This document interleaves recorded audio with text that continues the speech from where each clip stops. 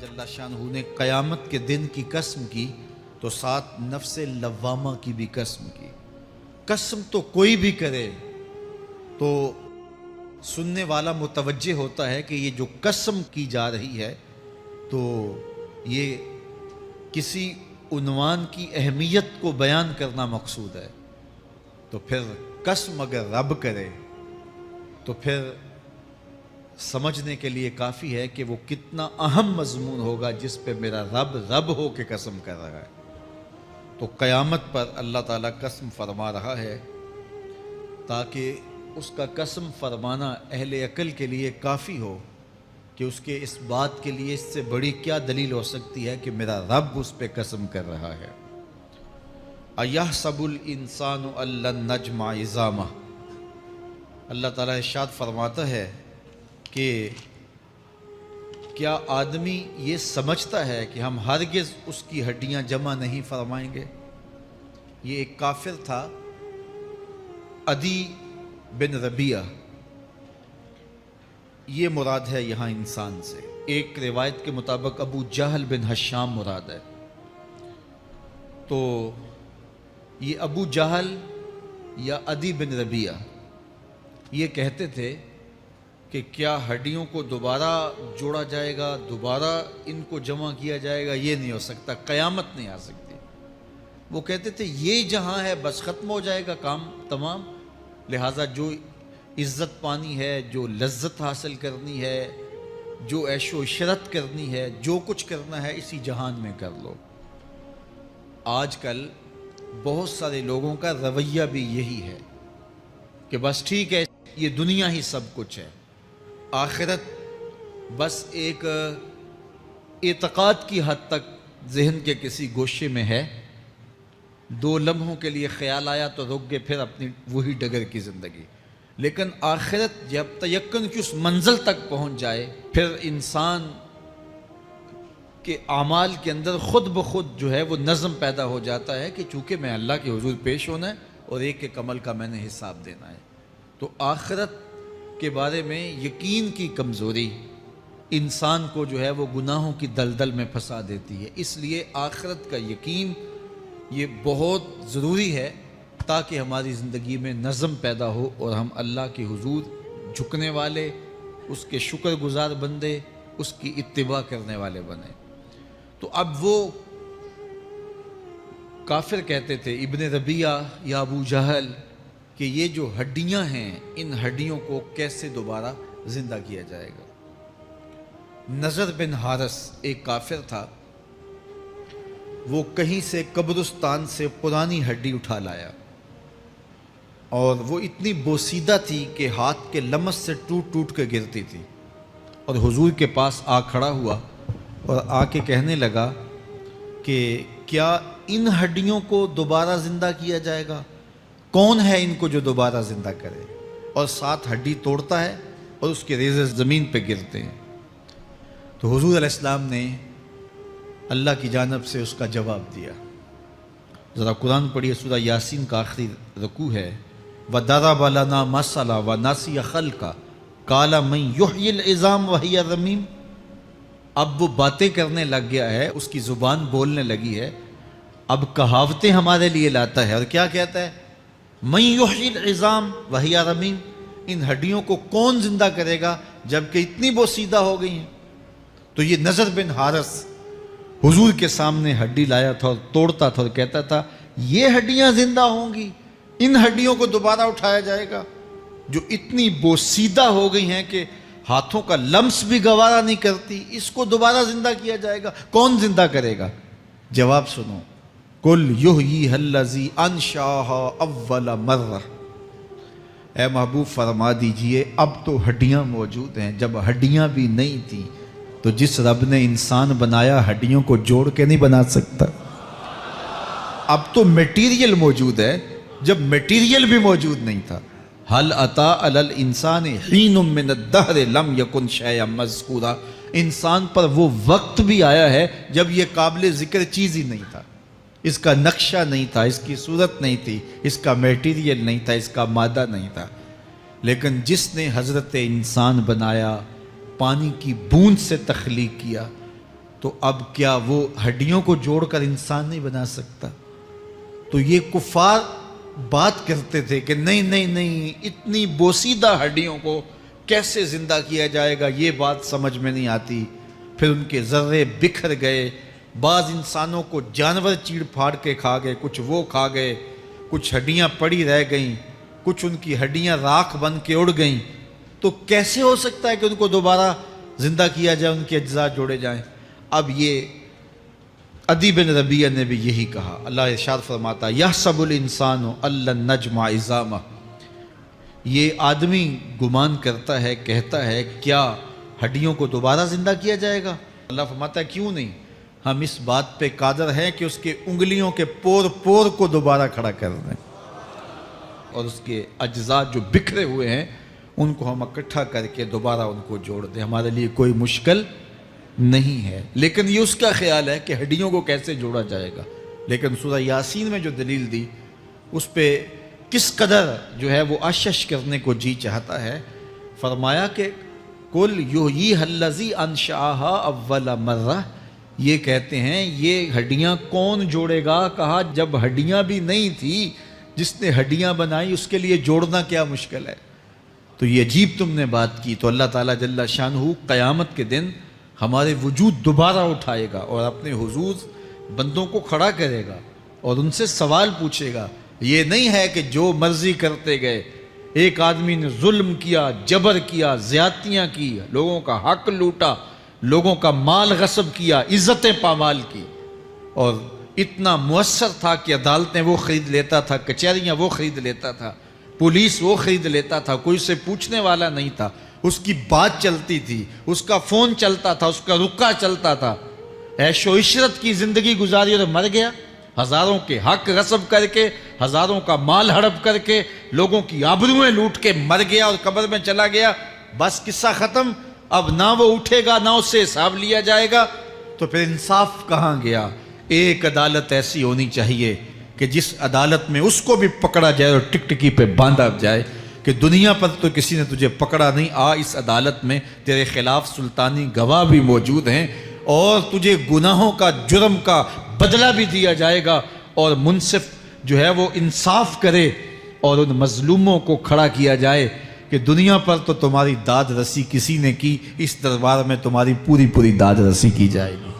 عقل مانتی ہے کہ ایک ایسا دربار ہونا چاہیے، ایسا احتسابی عمل ہونا چاہیے، ایک ایسی عدالت لگنی چاہیے کہ جس کا کہیں جسے انصاف نہیں ملا اس کو وہاں جا کے انصاف ملے، اور وہ دن قیامت کا دن ہے۔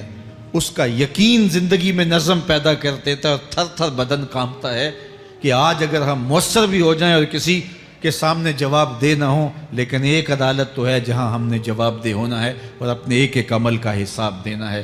تو اللہ ارشاد فرماتا ہے کہ اس عدالت کے سامنے تم نے پیش ہونا ہے، تمہارے جوڑ جوڑ کو اللہ تعالیٰ دوبارہ کھڑا کرے گا اور اس کو دوبارہ تخلیق کرے گا اور پیدا کرے گا، اور تم دوبارہ کھڑے ہو جاؤ گے، اس کے حضور پیش ہوگے۔ بل یرید الانسان لیفجر امامہ، بلکہ آدمی چاہتا ہے کہ اس کی نگاہ کے سامنے بدی کرے۔ استغفر اللہ۔ یہ ایک ظالم کافر تھا، وہ حضور کی خدمت میں آیا، کہنے لگا میں نہیں مانتا قیامت آئے گی۔ حضور نے اس کو دلائل دیے، تو جب دلائل کے سامنے بے بس ہو گیا تو کہنے لگا کہ جس قیامت کی آپ بات کرتے ہیں وہ قیامت آ بھی گئی تو میں نہیں مانوں گا۔ اللہ اکبر۔ تو وہ انکار کرنے والوں کی انتہا ہوتی ہے، اور ذرا دیکھیے وہ کیا بول رہا ہے، بل یرید الانسان لیفجر امامہ۔ اس کی سرکشی دیکھیے، اس کا تمرد دیکھیے۔ وہ کہتا ہے اچھا اگر قیامت قائم ہوئی تو یہ گناہ، یہ جرم، یہ بدی، یہ بدکاریاں، یہ ظلم جو میں کرتا ہوں، یہ بدکاریاں رب کے سامنے کروں گا۔ کیسی ڈٹائی ہے، مذاق اڑاتا ہے، تمسخر اڑاتا ہے آخرت کا۔ کہتا ہے جو بدیوں کا کاروبار میں نے گرم کیا ہے، جو بدکاریاں میری زندگی کا معمول ہیں، جو دادے عیش دیتا ہوں، جو عزتوں کو پامال کرتا ہوں، جو غریبوں کے پنجے توڑتا ہوں، جو لوگوں کا حق غصب کرتا ہوں، جو برائیاں کرتا ہوں، اگر قیامت قائم بھی ہو گئی تو میں یہ سارے جرم رب کے سامنے کروں گا، پھر وہ مجھے پکڑ کے دکھائے۔ اللہ اکبر۔ یسأل ایان یوم القیامہ۔ پھر پوچھتا ہے اچھا قیامت کب آئے گی؟ یہ تمسخر کے طور پہ پوچھتا ہے، لاؤ نہ قیامت، کب آئے گی قیامت، میں جرم رب کے سامنے کرنا چاہتا ہوں۔ اللہ اکبر۔ اب جواب سنیے، اب لفظوں کا ترجمہ اس زور سے کیا ہی نہیں جا سکتا جس زور کے لفظ ہیں۔ وہ کہتا ہے قیامت کب آئے گی، میں تو یہ جرم رب کے سامنے کرنا چاہتا ہوں، کوئی قیامت نہیں ہے، مذاق اڑاتا ہے، قیامت کب آئے گی؟ آواز آئی، فَإِذَا بَرِقَ الْبَصَرُ وَخَسَفَ الْقَمَرُ وَجُمِعَ الشَّمْسُ وَالْقَمَرُ۔ جب قیامت آئے گی تو آنکھیں چندھیا جائیں گے، چاند بے نور ہو جائے گا، سورج اور چاند اکٹھے ہو جائیں گے۔ یقول الانسان یومئذ این المفر۔ آج جو کہتا ہے کہاں ہے قیامت، اس دن بھاگتا پھرے گا، کوئی پناہ گاہ ہو بتاؤ، کوئی ہے ٹھکانہ چھپنے کا، کوئی پناہ گاہ ہے؟ کلا لا وزر، آواز آئے گی کوئی ٹھکانہ نہیں ہے، آج کوئی ٹھکانہ نہیں ہے۔ الی ربک یومئذ المستقر، اگر ٹھکانہ ہے تو صرف رب کے پاس ہے، انہیں ٹھکانہ ملے گا جو رب کے بندے ہیں اور اس کی دہلیز پہ آنے والے ہیں۔ یُنَبَّأُ الْإِنسَانُ یومئذ بما قدم وأخر، اللہ تعالیٰ اس دن بتا دے گا جو آگے بھیجا اور وہ بھی بتا دے گا جو پیچھے چھوڑا، ایک ایک چیز تشت ازبام ہو جائے گی۔ یوم تبلی السرائر فما لہ من قوت ولا ناصر، اللہ فرماتا سارے راز کھل جائیں گے، جو بند کمروں میں جرم کیے داد عیش دیتا رہا وہ بھی کھل جائیں گے، اور پھر کوئی طاقت نہیں ہوگی، کوئی زور نہیں ہوگا، کوئی زر نہیں ہوگا جو اس کو بے نقاب ہونے سے بچا سکے۔ اے داور حشر میرا نامہ اعمال نہ پوچھ، اس میں کئی پردہ نشینوں کے بھی نام آتے ہیں۔ تو وہ کتنا سخت دن ہوگا، ارشاد فرمایا جائے گا کہ جو آگے بھیجا، جو پیچھے چھوڑا، جو جرم کرتا رہا، جو نیکیاں کی، جو برائیاں کی، سب کچھ تشت ازبام ہو جائے گا۔ بل الانسان علی نفسہ بصیرہ، بلکہ آدمی خود اپنے حال پر اچھی طرح خود آگاہ ہے۔ ہم اسے نامہ اعمال کے دفتر دیں گے جہاں سب کچھ لکھا ہوگا۔ قرآن بتاتا جب نامہ اعمال سامنے آئے گا تو وہ بے ساختہ پکار اٹھے گا، ما لہذا الکتاب لا یغادر صغیرۃ ولا کبیرۃ الا احصاها، ہائے اس کتاب کو کیا ہوا، اس نے چھوٹی بڑی کوئی بات نہیں چھوڑی، سب کچھ لکھ دیا۔ نامہ اعمال سامنے ہوگے، زمین بولے گی، ہاتھ پاؤں بولیں گے، فرشتے بولیں گے، کرامن کاتبین بتائیں گے یہ کیا کیا جرم کرتا رہا، کیا کیا گناہ کرتا رہا۔ تو اس دن ہر شے سامنے آ جائے گی، تو یہ تو ثبوت ہوں گے ہی ہوں گے، لیکن اللہ فرماتا ہے ثبوت تو اپنی جگہ، لیکن بل الانسان علی نفسہ بصیرہ، کیا انسان کو خود نہیں پتا کہ وہ کہاں کھڑا ہے؟ اس کو اپنے جرائم کی فہرست خود یاد ہے، اس کے ضمیر پہ خود اس کا بوجھ موجود ہے، اسے یہ نامہ اعمال نہ بتاتے، فرشتے نہ بتاتے، پھر بھی اسے پتا تھا کہ میں کیا ہوں اور کہاں میں نے جرم کیا ہے۔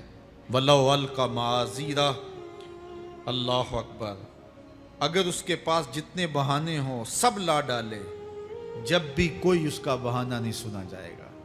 قیامت کا دن ہوگا، دنیا کے اوپر تو بہانوں سے انسان بچ نکلتا ہے، کوئی جھوٹ بول لیا، کوئی جھوٹا گواہ پیش کر دیا، کوئی مکر کر لیا، کوئی رشوت چل گئی، کوئی سفارش کام آ گئی، کوئی بہانہ تراش لیا، بات کو توڑ موڑ کے پیش کر لیا۔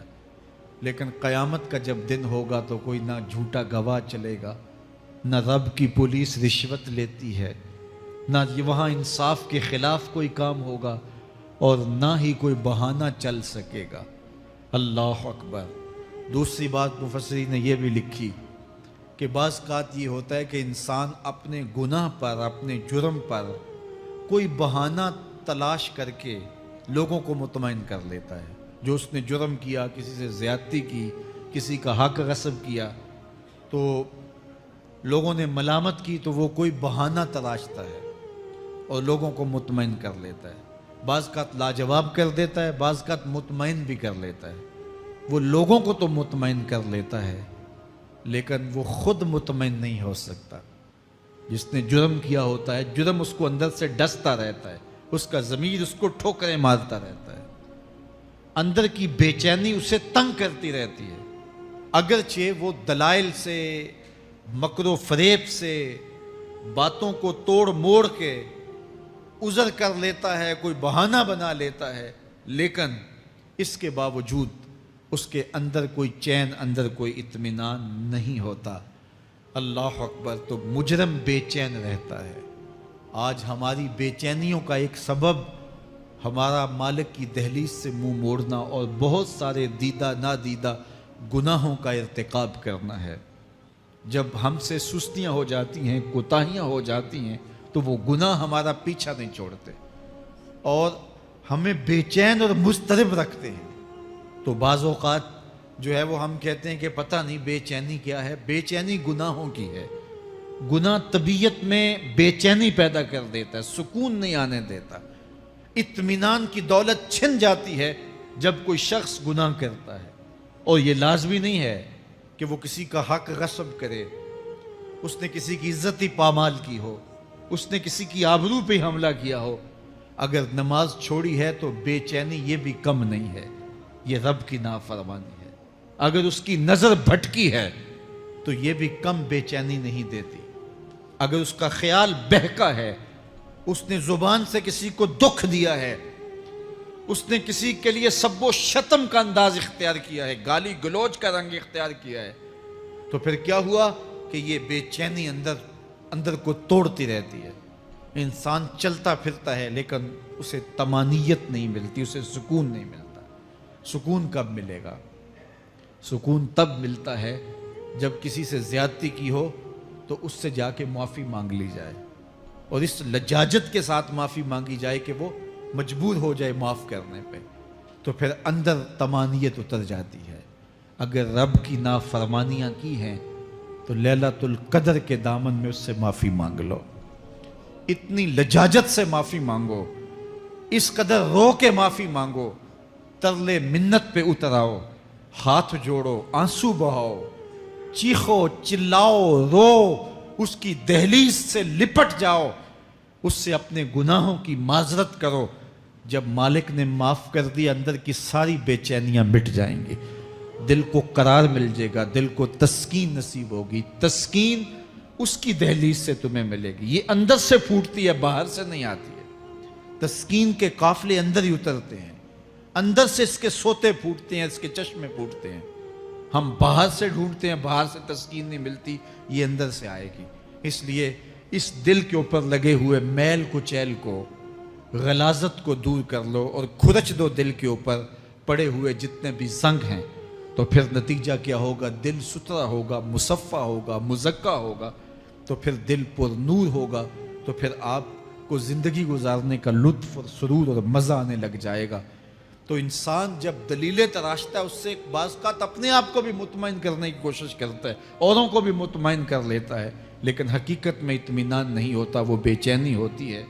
تو اللہ تعالیٰ جل شانہ اس کہانی کو بیان کرتے ہوئے ایک اور مضمون کو بیان کیا، اور یہ بالکل درمیان میں جملہ معترضہ کے طور پہ جو ہے وہ نظر آ رہا ہے کہ بات تو چل رہی ہے، تو اچانک اللہ اپنے محبوب سے مخاطبہ فرماتا ہے اور کیا ارشاد کرتا ہے؟ لا تحرک بہ لسانک لتعجل بہ۔ تو یہ اچانک بات کیوں آ گئی؟ اصل بات یہ تھی کہ جب وحی نازل ہوتی تو آقا کریم علیہ السلام ہمہ تن گوش ہو کے اس وحی کو سنتے، پھر اس کو محفوظ کرنے کی فکر ہوتی کہ جو میں نے سنا ہے وہ اچھی طرح مجھے یاد ہو جائے، اور پھر آقا کریم علیہ السلام کی تیسری فکر یہ ہوتی کہ اس کے جو معارف ہیں، اسرار ہیں، اور اس کے جو ثمرات ہیں، اس کی جو تفصیلات اور نکلنے والے اس کے نتائج ہیں، وہ بھی اچھی طرح جو ہے وہ میں سمجھ پاؤں۔ تو یہ تین مشقتیں بیک وقت حضور گوارا کر رہے ہوتے۔ اب قیامت کا ہولناک منظر جو پیش کیا گیا، اور پھر انسان جب اپنے رب کی نافرمانی کرتا ہے تو جو اس کا حال ہوتا ہے، تو یہ سارے مضامین کو اللہ کے محبوب سن رہے تھے۔ حضور کے قلب اطہر پر گرانی آئی، اور میرے رب کو کیسے گوارا تھا۔ جو حضور سن رہے تھے جلدی جلدی اس کو زبان پہ لانا چاہ رہے تھے تاکہ وہ اچھی طرح ازبر ہو جائے، لیکن اللہ نے محبوب کی اس مشقت کو دیکھا تو فرمایا لا تحرک بہ لسانک لتعجل بہ۔ محبوب آپ اپنی زبان کو جنبش نہ دیں، آپ جلدی کرتے ہیں تاکہ وہ جو میں نے سنا ہے وہ میری زبان پہ آ جائے۔ ان علینا جمعہ و قرآن، یہ ہمارے اوپر ہے، ہم آپ کے دل میں جمع بھی کریں گے، جو آپ کو سکھایا ہے وہ آپ کو یاد بھی رہے گا، وہ آپ بھول نہیں سکیں گے۔ فَإِذَا قَرَأْنَاهُ فَاتَّبِعْ قُرْآنَهُ، اور جب ہم پڑھ لیں تو پھر اس کے بعد آپ اس کو دہرائیں پڑھیں۔ ثُمَّ إِنَّ عَلَيْنَا بَيَانًا، پھر اس کی تفصیل بھی ہمارے ذمہ ہے، اس کا بیان بھی ہمارے ذمہ ہے۔ اس سے وہ لوگ جو حجیت حدیث کا انکار کرتے ہیں اور پھر وہ کہتے ہیں کہ نہیں بس قرآن مجید کی آیات ہی ہیں، اس کے علاوہ اور کچھ نہیں ہے، وہ من اللہ نہیں ہے، تو یہاں غور کرنا ہے۔ ثم ان علینا بیانہ فرمایا گیا، پھر ہمارے اوپر ہے اس کا بیان جو آپ کو ہم القاء کریں۔ اور آقا کریم نے فرمایا، سنن نسائی کی روایت ہے، انما اوتیت القرآن ومثلہ معہ، مجھے قرآن دیا گیا اور قرآن جتنے اور علوم بھی میرے سینے میں رکھے گئے۔ تو صرف قرآن ہی نہیں اتارا گیا حضور کے سینے میں، حضور کے سینے میں بہت کچھ نازل کیا۔ حضور کا سینہ گنجینہ ہے اسرار و معانی کا، اور اللہ تعالیٰ جل شانہ نے اپنے محبوب کو بہت کچھ عطا کیا۔ یہ بیان کرنے کے بعد فرمایا، کلا بل تحبون العاجلہ وتذرون الآخرہ۔ اللہ اکبر، کوئی نہیں بلکہ یہ جو تم لوگ ہو اے کافرو، تم اس چیز کو پسند کرتے ہو جو بالکل نقد ہے، جو جلد ملنے والی ہے۔ دنیا کا سودا نقد ہے، دنیا کے نفع نقد ہیں، دنیا کی لذات نقد ہیں۔ شیطان کہتا ہے اب چوری کرو اب مال آئے گا، اب زنا کرو اب لذت ملے گی، اب ڈاکہ کرو اب امیر ہو جاؤ گے۔ تو دنیا کے سودے نقد ہیں اور آخرت کے وعدے ادھار ہیں۔ وہ ارشاد فرمایا، بل تحبون العاجلہ، تم دنیا کی جو عاجل چیزیں ہیں، جو بالکل نقد سودے ہیں، تم ان کے پیچھے پڑتے ہو، وتذرون الآخرہ، اور آخرت کو چھوڑتے ہو۔ دوسرے مقام پہ ارشاد فرمایا سورہ الاعلیٰ میں، بل تؤثرون الحیات الدنیا والآخرۃ خیر وابقی، تم دنیا کی جیتی زندگی کو ترجیح دیتے ہو، حالانکہ آخرت بہتر بھی ہے اور دائمی بھی۔